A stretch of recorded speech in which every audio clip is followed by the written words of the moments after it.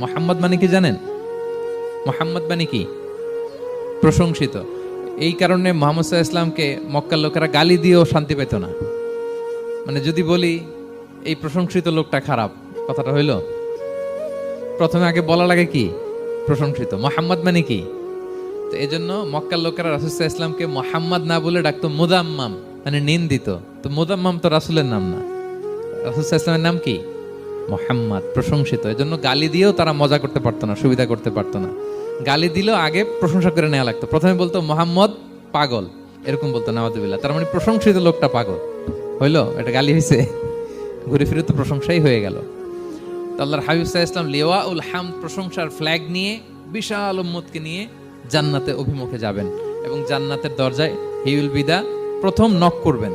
প্রথম নক করবেন। মোহাম্মদ মানে কি জানেন? মোহাম্মদ মানে কি?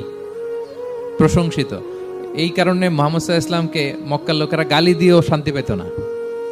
মানে যদি বলি এই প্রশংসিত লোকটা খারাপ, কথাটা হইল? প্রথমে আগে বলা লাগে কি? প্রশংসিত। মোহাম্মদ মানে কি? তো এজন্য মক্কার লোকেরা রাসূল সাল্লাল্লাহু আলাইহি ইসলামকে মোহাম্মদ না বলে ডাকতো মুদাম্মাম, মানে নিন্দিত। তো মুদাম্মাম তো রাসূলের নাম না। রাসূল সাল্লাল্লাহু আলাইহি ইসলামের নাম কি?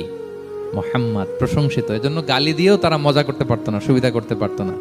গালি দিলেও আগে প্রশংসা করে নেওয়া লাগতো। প্রথমে বলতো মোহাম্মদ পাগল, এরকম বলতো নাওয়াজুবিল্লাহ। তার মানে প্রশংসিত লোকটা পাগল হইলো, এটা গালি হয়েছে, ঘুরে ফিরে তো প্রশংসাই হয়ে গেল।